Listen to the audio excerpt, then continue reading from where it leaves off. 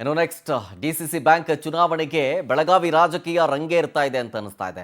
ಸತೀಶ್ ಜಾರಕಿಹೊಳಿ ಅವರ ವಿರುದ್ಧ ಲಿಂಗಾಯತ ಲೀಡರ್ಸ್ ಎಲ್ಲರೂ ಸೇರ್ಕೊಂಡು ಒಂದಾದಂತೆ ಕಾಣಿಸ್ತಾ ಇದೆ. ಡಿಸಿಸಿ ಬ್ಯಾಂಕ್ ಚುನಾವಣೆ ಈಗ ಮತ್ತೊಂದು ಹಂತಕ್ಕೆ ರಂಗೇರ್ತಾ ಇದೆ. ಈಗ ಲಿಂಗಾಯತ ಲೀಡರ್ಸ್ ಎಲ್ಲರೂ ಕೂಡ ಒಟ್ಟಾಗಿದ್ದಾರೆ ಸತೀಶ್ ಜಾರಕಿಹೊಳಿ ಅವರ ವಿರುದ್ಧ. ಮಹಾರಾಷ್ಟ್ರದ ಮಠವೊಂದರಲ್ಲಿ ಲಿಂಗಾಯತ ನಾಯಕರು ಸಭೆ ಸೇರಿದ್ದಾರೆ ಅಂತ. ಬಿಜೆಪಿ ಮತ್ತು ಕಾಂಗ್ರೆಸ್ ವೀರಶೈವ ಲಿಂಗಾಯತ ನಾಯಕರ ಪಕ್ಷಾತೀತ ಸಭೆ ನಡೆಸಲಾಗಿದೆ. ಬಿಜೆಪಿ ನಾಯಕರಾದಂಥ ಈರಣ್ಣ ಕಡಾಡಿ, ರಮೇಶ್ ಕತ್ತಿ, ಪ್ರಭಾಕರ್ ಕೋರೆ, ನಿಖಿಲ್ ಕತ್ತಿ, ಜೊಲ್ಲೆ ದಂಪತಿ, ಮಹದೇವಪ್ಪ ಯಾದವಾಡ ಉಪಸ್ಥಿತರಿದ್ದರು. ಅಷ್ಟೇ ಅಲ್ಲ, ಕಾಂಗ್ರೆಸ್ ನಾಯಕರು ಇದ್ರು. ಲಕ್ಷ್ಮಣ ಸವದಿ, ರಾಜು ಕಾಗೆ, ಅಶೋಕ್ ಪಟ್ಟಣ, ಚಂದ್ರರಾಜ್ ಹಟ್ಟಿಹೊಳಿ, ವಿಶ್ವನಾಥ್ ಪಾಟೀಲ್ ಅವರೆಲ್ಲರೂ ಸೇರಿದಂತೆ ಹಲವರು ಉಪಸ್ಥಿತರಿದ್ದರು. ಡಿಸಿಸಿ ಬ್ಯಾಂಕ್ನಲ್ಲಿ ಜಾರಕಿಹೊಳಿ ಬ್ರದರ್ಸ್ ಪ್ರಭಾವವನ್ನು ತಗ್ಗಿಸೋದಕ್ಕೆ ಪ್ಲಾನ್ ಮಾಡ್ತಾ ಇರೋದಿದು. ಎಲ್ಲ ಲಿಂಗಾಯತ ಲೀಡರ್ಸ್ ಒಟ್ಟಾಗಿದ್ದಾರೆ ಸತೀಶ್ ಜಾರಕಿಹೊಳಿ ಅವರ ವಿರುದ್ಧ. ಡಿಸಿಸಿ ಬ್ಯಾಂಕ್ನಲ್ಲಿ ಜಾರಕಿಹೊಳಿ ಬ್ರದರ್ಸ್ನ ಪ್ರಭಾವವನ್ನು ತಗ್ಗಿಸಬೇಕು ಅನ್ನುವಂಥ ಪ್ಲಾನ್ ಇಟ್ಕೊಂಡು ಎಲ್ಲರೂ ಸೇರಿಕೊಂಡು ಈಗ ಮೀಟಿಂಗ್ ಸೇರಿದ್ದಾರೆ ಚಿಕ್ಕೋಡಿ. ಎಲ್ಲಿ ಮೀಟಿಂಗ್ ನಡೆದಿದ್ದು ಅಂತಂದರೆ ಮಹಾರಾಷ್ಟ್ರದ ಮಠವೊಂದರಲ್ಲಿ ಬಿಜೆಪಿ ಮತ್ತು ಕಾಂಗ್ರೆಸ್ನ ಹಲವು ಲಿಂಗಾಯತ ನಾಯಕರು ಸಭೆ ಸೇರಿದರು. ಮುಂದಿನ ತಿಂಗಳು ಈ ಡಿಸಿಸಿ ಬ್ಯಾಂಕ್ನ ಎಲೆಕ್ಷನ್ ನಡೆಯುತ್ತೆ. ಈಗಲಿಂದಲೇ ಸತೀಶ್ ಜಾರಕಿಹೊಳಿ ಅವರು ತಯಾರಿಯನ್ನು ನಡೆಸೋದರ ಜೊತೆಗೆ ಎಚ್ಚರಿಕೆ ಹೆಜ್ಜೆ ಇಡ್ತಾ ಇದ್ದಾರೆ. ವೀರಶೈವ ಲಿಂಗಾಯತ ಲೀಡರ್ಸ್ ಒಗ್ಗಟ್ಟಿಗೆ ಸತೀಶ್ ಜಾರಕಿಹೊಳಿ ಅಲರ್ಟ್ ಆದಂತಿದೆ. ದಿಢೀರಂತ ನಿಡಸೋಶಿ ಮಠಕ್ಕೆ ಭೇಟಿಯನ್ನು ಕೊಟ್ಟು ಸ್ವಾಮೀಜಿಗಳ ಜೊತೆ ಚರ್ಚೆ ಮಾಡಿದ್ದಾರೆ ಸತೀಶ್ ಜಾರಕಿಹೊಳಿ ಅವರು. ಮಹಾರಾಷ್ಟ್ರದ ಮಠದಲ್ಲಿ ನಡೆದಂಥ ಸಭೆ ಬಗ್ಗೆ ನನಗೆ ಮಾಹಿತಿ ಇದೆ. 20 ವರ್ಷದಿಂದ ನಮ್ಮ ಒಗ್ಗಟ್ಟು ಮುರಿಯೋದಕ್ಕೆ ಸರ್ಕಸ್ ಮಾಡ್ತಾ ಇದ್ದಾರೆ ಎಲ್ಲರೂ ಸೇರಿಕೊಂಡು ಅಂತ ಸ್ವಾಮೀಜಿಗಳನ್ನು ಭೇಟಿಯಾದ ನಂತರ ಸತೀಶ್ ಜಾರಕಿಹೊಳಿ ರಿಯಾಕ್ಷನ್ ಕೊಟ್ಟರು.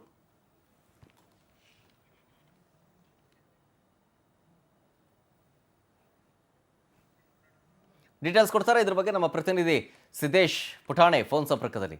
ಸಿದ್ದೇಶ್, ಡಿಸಿಸಿ ಬ್ಯಾಂಕ್ ಚುನಾವಣೆ ನೆಕ್ಸ್ಟ್ ಮಂತ್ ನಡೆಯುತ್ತೆ. ಈಗಿನಿಂದಲೇ ಒಂದು ಕಡೆ ತಯಾರಿಯಾಗಿದ್ರೆ ಮತ್ತೊಂದು ಕಡೆ ಸತೀಶ್ ಜಾರಕಿಹೊಳಿ ಅವರು ಎಚ್ಚರಿಕೆಯ ಗೆಜ್ಜೆಯನ್ನು ಇಡ್ತಾ ಇದ್ದಾರೆ ಅಂತ ಅನಿಸ್ತಾ ಇದೆ.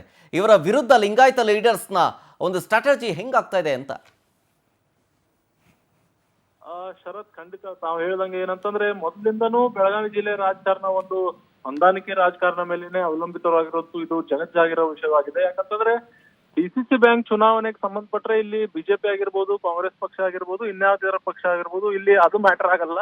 ಇಲ್ಲಿ ಯಾವ ರೀತಿ ಹೊಂದಾಣಿಕೆ ಇದೆ, ಇಲ್ಲಿ ಜಾತಿ ಸಮೀಕರಣ ಏನು, ಇಲ್ಲಿ ಜಾತಿ ಲೆಕ್ಕಾಚಾರ ಏನು ಅನ್ನೋದೇ ಒಂದು ಸ್ಟ್ರಾಂಗ್ ಪಾಯಿಂಟ್ ಆಗಿರುತ್ತೆ. ಅದರ ಬೆನ್ನಲ್ಲಿ ಏನು ಈಗ ಜಾರಕಿಹೊಳಿ ಸಹೋದರರಾಗಿರ್ಬೋದು ಅಂತಂದ್ರೆ ಬಿಜೆಪಿಯ ಬಾಲಚಂದ್ರ ಜಾರಕಿಹೊಳಿ ಆಗಿರ್ಬೋದು, ಮತ್ತೆ ಸಚಿವರಾದ ಸತೀಶ್ ಜಾರಕಿಹೊಳಿ ಆಗಿರ್ಬೋದು, ಡಿಸಿಸಿ ಬ್ಯಾಂಕ್ ಚುನಾವಣೆ ಹಿನ್ನೆಲೆಯಲ್ಲಿ ಏನು ತಯಾರಿ ಶುರು ಹಚ್ಕೊಂಡಿದ್ರು.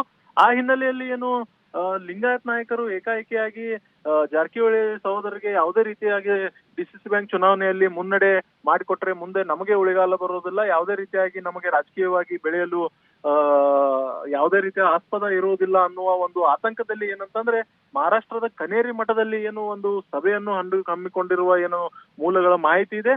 ಆ ಮಾಹಿತಿ ಪ್ರಕಾರ ಏನಂತಂದ್ರೆ ಪಕ್ಷಾತೀತವಾಗಿ ಬಿಜೆಪಿ ನಾಯಕರು ಆ ಸಭೆಯಲ್ಲಿ ಸೇರಿಕೊಂಡು ಯಾವ ರೀತಿ ನಾವು ಡಿಸಿಸಿ ಚುನಾವಣೆ ಎದುರಿಸಬೇಕು, ಯಾವೆಲ್ಲ ತಂತ್ರಗಳನ್ನು ರೂಪಿಸಿ ತಂತ್ರಗಾರಿಕೆಯನ್ನು ನಡೆಸಬೇಕು, ಮತ್ತೆ ಲಿಂಗಾಯತ್ ಸಮುದಾಯ ಏನು ಇಲ್ಲಿ ಒಂದು ಪಿವೋಟಲ್ ರೋಲ್ ಅನ್ನ ಇಲ್ಲಿ ವಹಿಸುತ್ತೆ ಡಿಸಿಸಿ ಬ್ಯಾಂಕ್ ಚುನಾವಣೆಗೆ. ಅದರಲ್ಲೇ ಯಾವ ರೀತಿ ನಾವು ಕಾಂಗ್ರೆಸ್ ಆಗಿರ್ಬೋದು, ಬಿಜೆಪಿ ಆಗಿರ್ಬೋದು ಏನು ಭಿನ್ನಾಭಿಪ್ರಾಯಗಳಿವೆ ಅದನ್ನು ಶಮನಗೊಂಡು ಯಾವ ರೀತಿ ಇದನ್ನ ಮಾಡಿಸ್ಬೇಕಂತ ಒಂದು ಸಭೆ ಆಗುತ್ತೆ. ಸಭೆ ನಂತರ ಏನು ಸಭೆಯ ಬಗ್ಗೆ ಅಲ್ಲಿ ಸತೀಶ್ ಜಾರಕಿಹೊಳಿ ಅವರನ್ನ ಮಾಹಿತಿ ಪಡೆಯುತ್ತಾರೆ. ಅದು ಏಕಾಏಕಿಯಾಗಿ ಸತೀಶ್ ಜಾರಕಿಹೊಳಿ ಅವರು ಕೂಡ ಏನಂತಂದ್ರೆ ಚಿಕ್ಕೋಡಿ ಆಗಿರ್ಬೋದು, ಮತ್ತೆ ನಿಪ್ಪಾಣಿ ಆಗಿರ್ಬೋದು, ವಿವಿಧ ಲಿಂಗಾಯತ್ ನಾಯಕರನ್ನು ಭೇಟಿ ಮಾಡಿ ಕೊನೆಗೆ ಏನಂತಂದ್ರೆ ನಿಡಸೋಶಿ ಮಠದ ಜಗದ್ಗುರುಗಳಿಗೂ ಕೂಡ ಭೇಟಿಯನ್ನು ಮಾಡಿ ಸಮಾಲೋಚನೆ ನಡೆಸುತ್ತಾರೆ. ನಂತರ ಮಾಧ್ಯಮಗಳಿಗೂ ಕೂಡ ಅವರು ಹೇಳುವ ಮುಖಾಂತರ ಏನಂತಂದ್ರೆ ಅದರ ಬಗ್ಗೆ ಮಾಹಿತಿ ಕೂಡ ನಮಗಿದೆ, ಅದಕ್ಕೆ ಯಾವ್ದೆಲ್ಲ ರೀತಿ ನಾವು ಸಜ್ಜಾಗಿರುತ್ತೇವೆ ಅಂತ ಸತೀಶ್ ಜಾರಕಿಹೊಳಿ ಕೂಡ ಈಗ ಟಕ್ಕರ್ ನೀಡುವಂತದ್ದು. ಒಟ್ಟಾರೆಯಾಗಿ ಬೆಳಗಾವಿ ಜಿಲ್ಲೆಯಲ್ಲಿ ಈ ಬಾರಿ ಏನು ಕೆಲವಷ್ಟೇ ತಿಂಗಳಲ್ಲಿ ಏನು ಡಿಸಿಸಿ ಬ್ಯಾಂಕ್ ಚುನಾವಣೆ ಇದೆ, ಈ ಚುನಾವಣೆ ಒಂದು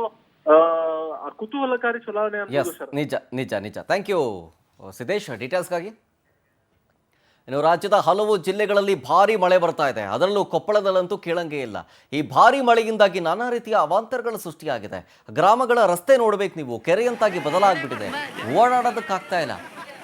ನೀವು ನೋಡ್ತಾ ಇರೋದು ಬಿಕನಹಳ್ಳಿ, ಕೊಪ್ಪಳದ ಬಿಕನಹಳ್ಳಿ ಗ್ರಾಮದ್ದು. ರಸ್ತೆ ಎಲ್ಲವೂ ಜಲಾವೃತ ಆಗಿದೆ, ಪರದಾಡ್ತಾ ಇದ್ದಾರೆ. ಅಲ್ಲಿ ಹಳ್ಳ ಇದೆ, ಆ ಹಳ್ಳಕ್ಕೊಂದು ಬ್ರಿಡ್ಜ್ ಕಟ್ಟಿ ಅಂತಂದರೆ ಕೇಳ್ತಿಲ್ಲ ಅಂತ.